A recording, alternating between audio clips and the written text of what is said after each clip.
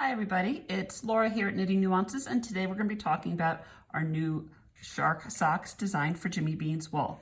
We will be starting with the toe. I'd like you to notice this nicely rounded toe that uses a variety of different techniques and timing. If you compare it to this heel, which is definitely not a toe, but it has regular increasing, you're going to see the difference between what our toe looks like and what a standard toe looks like. Let's get started. Of course,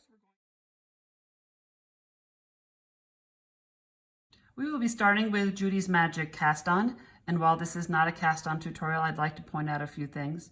First of all, it's important, especially with the sock toe, that the needles are sitting very close together. As you wind the yarn bottom to top, top to bottom, it's hard to do this without moving your hand, sorry.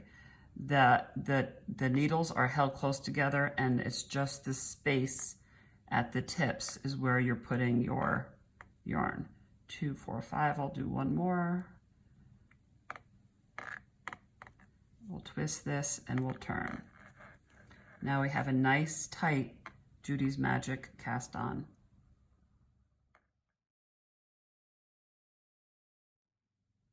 Okay, it's time for our first increase, which is worked right into this cast on round. We're going to knit one back and front, which means we're going to slip one knitwise, put it back on the left needle, knit into the back, knit into the front, and then on the left side, it's knit into the third stitch from the end. Since I have so few stitches for this demo, we're ready.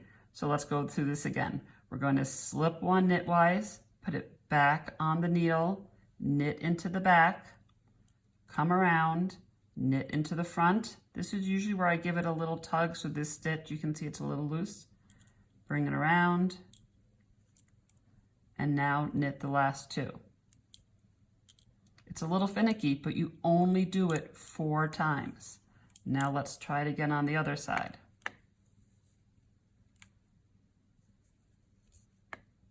Kept everything nice and tight. Sorry. Okay, I'm going to knit this, so there's my outside edge. I'm going to, see how tight this is? I don't want you to think I'm not really working it.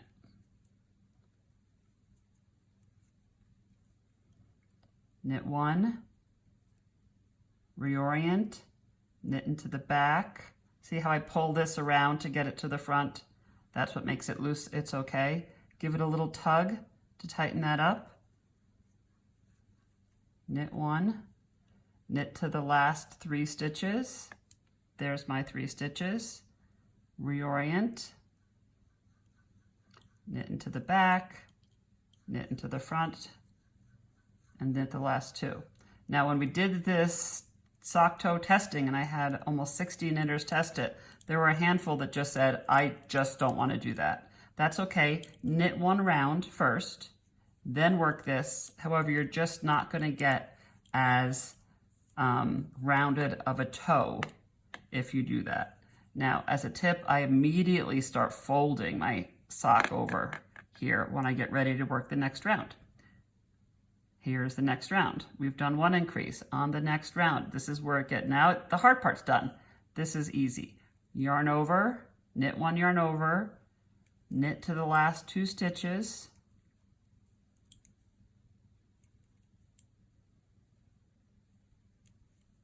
yarn over, and knit 2. Now why, might you ask, is it 1 stitch in from the right and 2 stitches in from the left? And that has to do with the placement of the little bump that still exists with a knit one back and front. See how I'm folding this carefully? So and trust me, I've tried this. Knit 1, yarn over, knit to the last 2 stitches. I'm very not good at keeping my needles in place, I apologize. Here we go, yarn over, knit 1, knit 2. Now I have 2 increases worked already, and I'll reset my needles and I'll show you what's next.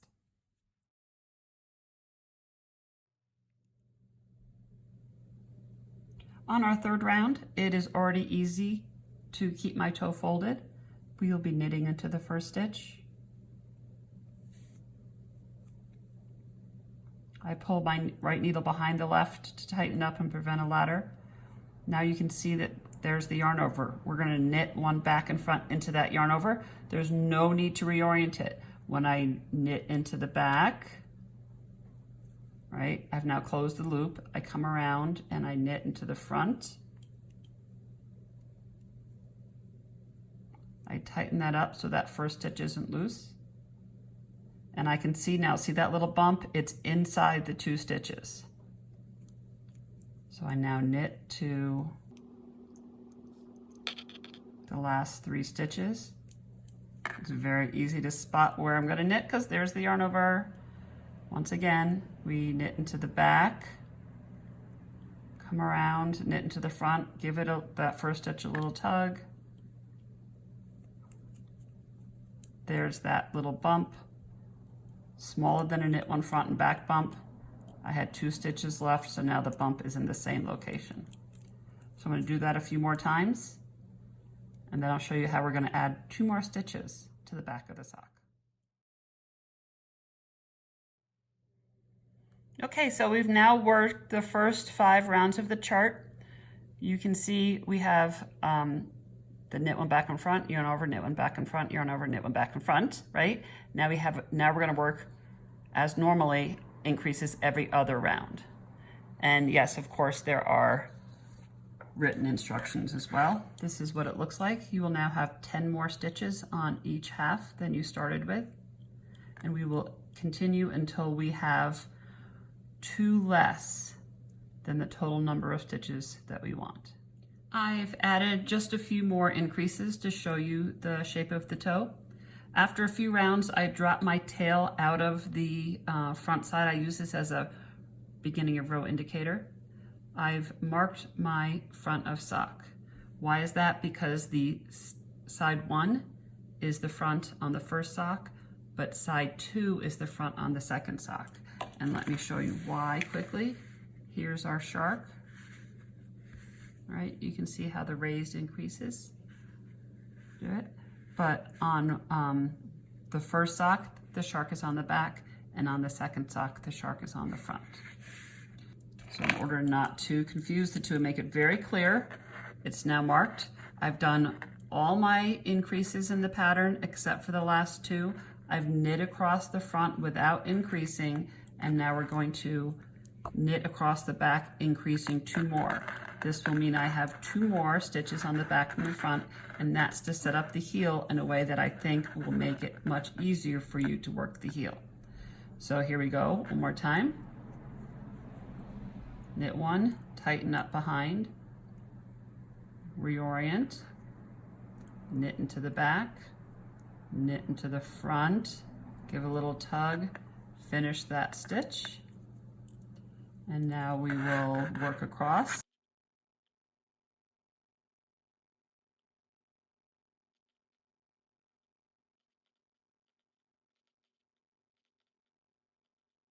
Here I am at my last 3 stitches.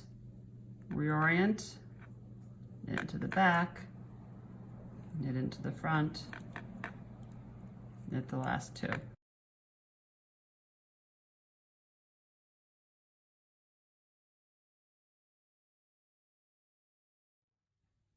I've knit a few more rounds, and we're going to start the heel on this obviously very short sock. There are 2 more stitches on the back than the front.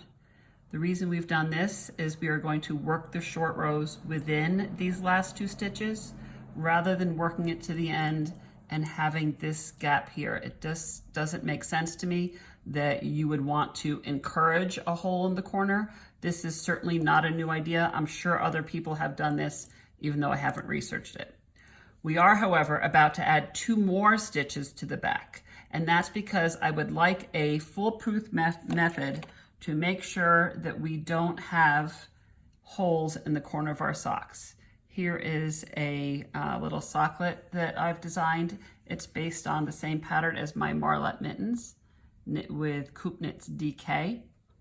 I really like it. It'll be published soon. You can see here, there's a pretty good job I did in the corner here. There's not really a big hole. However, on this side, I was not as fortunate. If you look right in here, you're gonna see it's really not very well done. So I really wanted a methodology where I didn't have to pick up an extra stitch and then knit two together. I really wanted something where I knew if I followed my steps, I would not have a hole. So now we are going to, on this round, we are going to knit one the same way, knit one. I've knit across the front of my sock without increasing. I'm going to knit one back and front. Sorry about that. I looked at the camera for a moment. And knit across.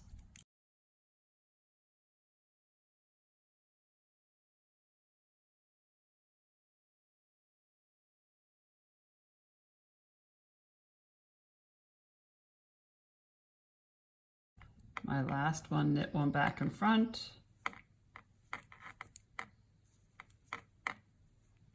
I will knit around the front again, and then we'll be ready to start our German short row heel.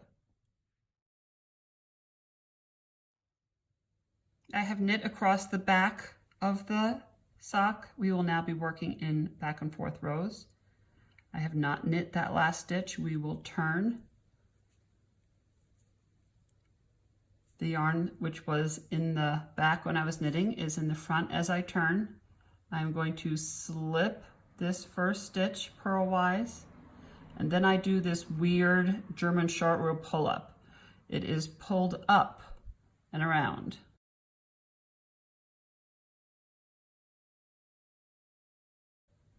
And then since I'm going to be purling, I need to bring it around to the front so that I can purl. We'll be doing that a number of times, don't worry. I've now purled across the back of the heel to the last stitch. I'm going to turn. The yarn is in the back. I need the yarn to be in the front, so I will move it to the front. And next time I will do this as a thrower, not as continental. I will slip a stitch purlwise, pull up, but now I'm going to knit so the yarn is in the back already in the right place. So now I will knit across. I only have to move the yarn one time.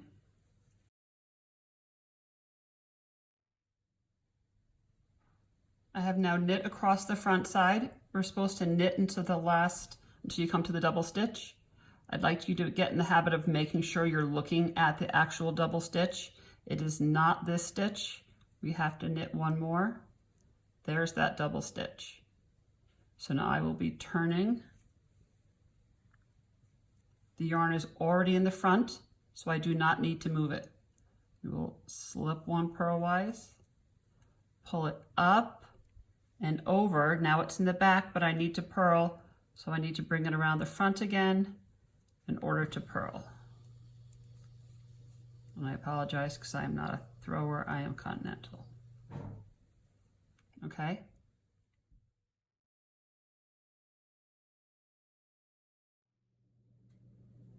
You can now see the impact of the short rows, creating this triangle, which is the bottom of the foot. The German short row heels work with 1/3, 1/3, 1/3 stitches. I can see my double stitches pretty clearly here. See that? So I have just one more German short row pull up to work on each side, and then we're going to knit around. So I turn the work.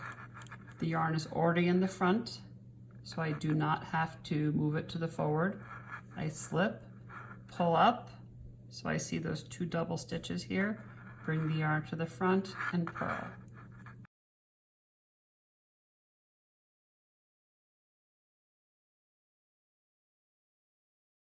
Was that my last double stitch? I'm going to check. Yes, it is.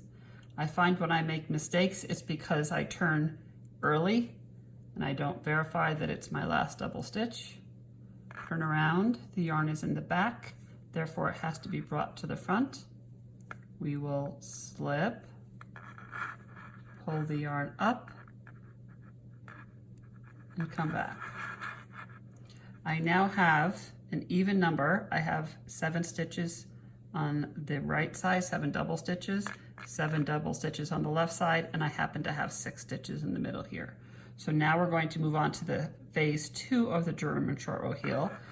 And we're starting, it says in the instructions, you'll see we're starting on a right side at the beginning of the center stitches. We are now going to knit across the center stitches. When we get to the first double stitch, instead of turning around, we are now going to knit it together. Okay, can you see that? Knit them together as if you're knitting two together. I like to keep this kind of nice and tight. And when I say tight, I don't mean strangled, just firm. We're going to work our way all the way to the end. I know I keep floating to the top of the camera. It's very hard for me. Here's my last double stitch. Here's this extra stitch we're using just to close so there's no gap. So I certainly want to make sure that one's pretty tight. I now move to the other half and we are going to knit across the front. I am not knitting with sock yarn here. I am knitting with a really pretty Rowan Cash Soft on US 4 needles so that you can see it better.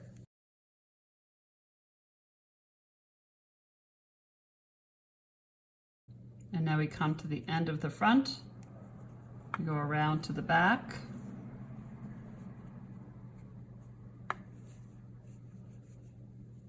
Here's this, my first holding stitch. Not part of the heel, just preventing the gap. And now I'm going to do the same thing. They do look a little different on this side, but I am still just going to knit them together. Knit two together.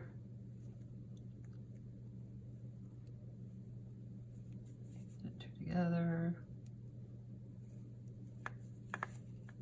And so when I come to the center here, I will have all regular stitches again. We'll take a look at what this looks like. I'm just making sure I'm getting through both strands here. It's actually easier with sock yarn. So here I am back at the beginning of the center part. So I have all my standard stitches here, all my standard stitches here. We have a triangle, which is the bottom of my foot. Now we have to work on the back of the heel. We're going to use the same technique, but a little differently. We're going to work across those center stitches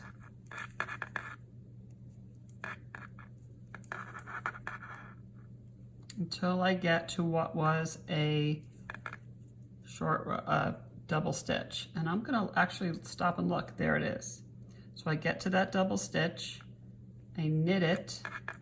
So I get to the end of my regular stitches, I knit one more, which was where the old double stitch was. I turn around, the yarn's already in front. I go back across the plain stitches. I can see here that was a plain stitch, this was a double stitch.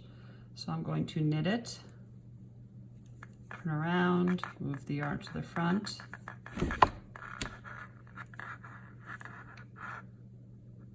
Slip. And now let me show you what's going to happen now. So now I have my double stitch there. I'm going to go across my stitches. Let me work this a little differently until I get to my double stitch. There it is. I'm going to work my double stitch together. So now it's eliminated. Knit one more, turn. And now when I get to the other side, I'm going to knit that, purl that double stitch together, purl one more stitch and turn. And so now you're going to be adding one more double stitch each time and eliminating it each time. I'll show you what it looks like when we're done in 1 second.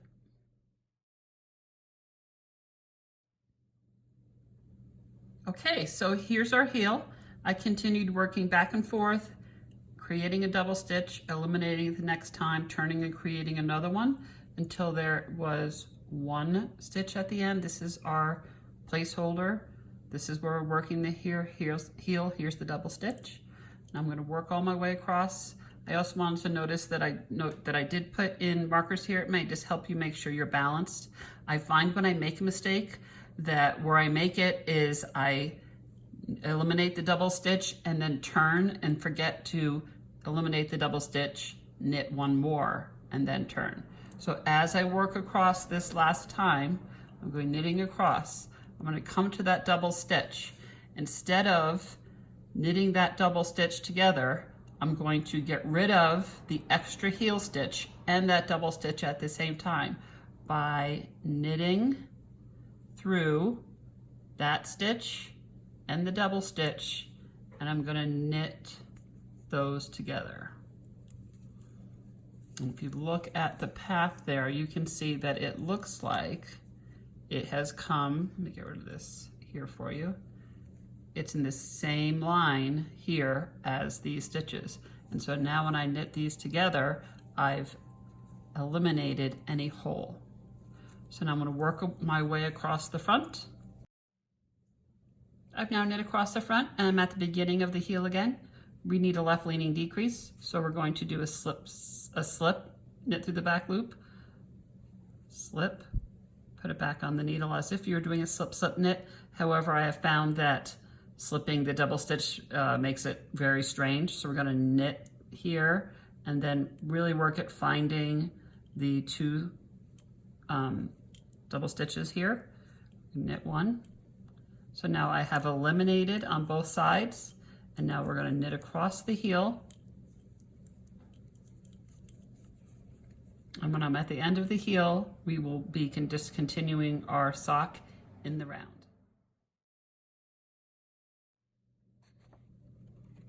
I'll be demonstrating the tail of the medium shark. I know I said baby shark, but this is a little more complex, and so I want you to see how I work this.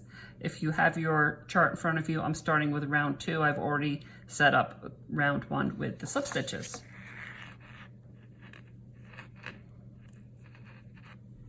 So we will be doing slip slip knit.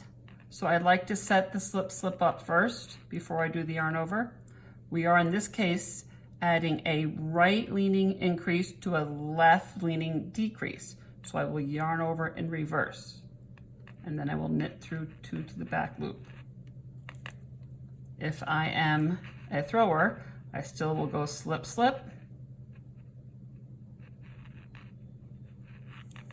and then instead of yarning over like this, which is standard, I will yarn over the top of the needle into the back, and then I can knit through together through the back loop, knit one. I will now be working knit 2 together. Note that the right needle always goes through the slip stitch. So when I'm on this side, the slip stitch is on the left to work a knit 2 together. Over here, it was on the right. So now I will knit 2 together, yarn over, knit 2 together, yarn over, and I will come back in a minute to show you when we come around the rest of the sock.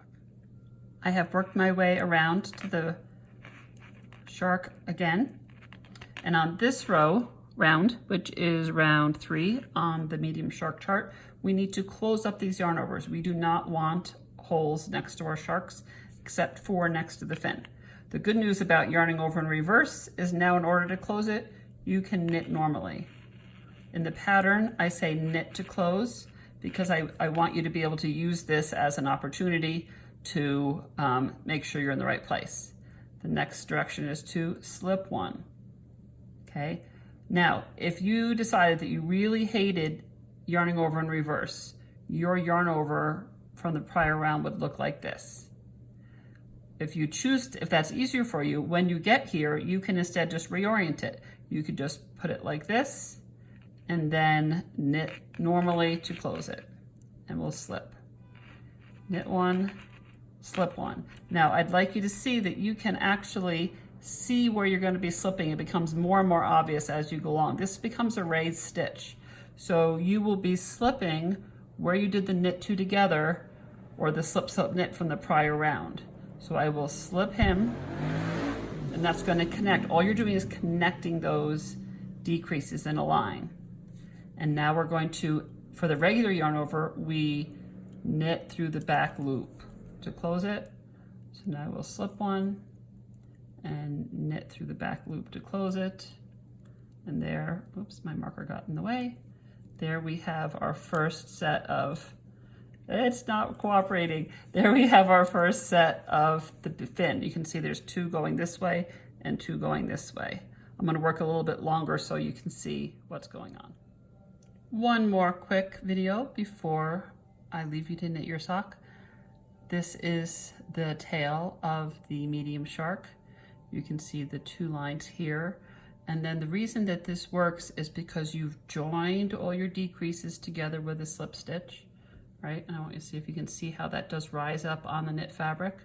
But it also works because you've worked opposite leaning increases with those decreases. So when you look at the chart and you roll your eyes, I want you to know that it's for a reason. And so on this side of the test sock, I've knit 2 diagonal lines, okay? This one has been worked with a knit 2 together and with a left leaning decrease. This is the knit 2 together with a right leaning decrease. And what happens here with the right leaning decrease is the decrease when it works alongside it. See those loops there, right? It doesn't highlight the decrease. Here on this decrease, the loops go this way, and therefore the decrease really stands out and sits up. So I really hope you enjoy knitting your shark socks. You can always email me with any questions. It's Laura@knittingnuances.com. And I look forward to seeing all your sharks. Thanks.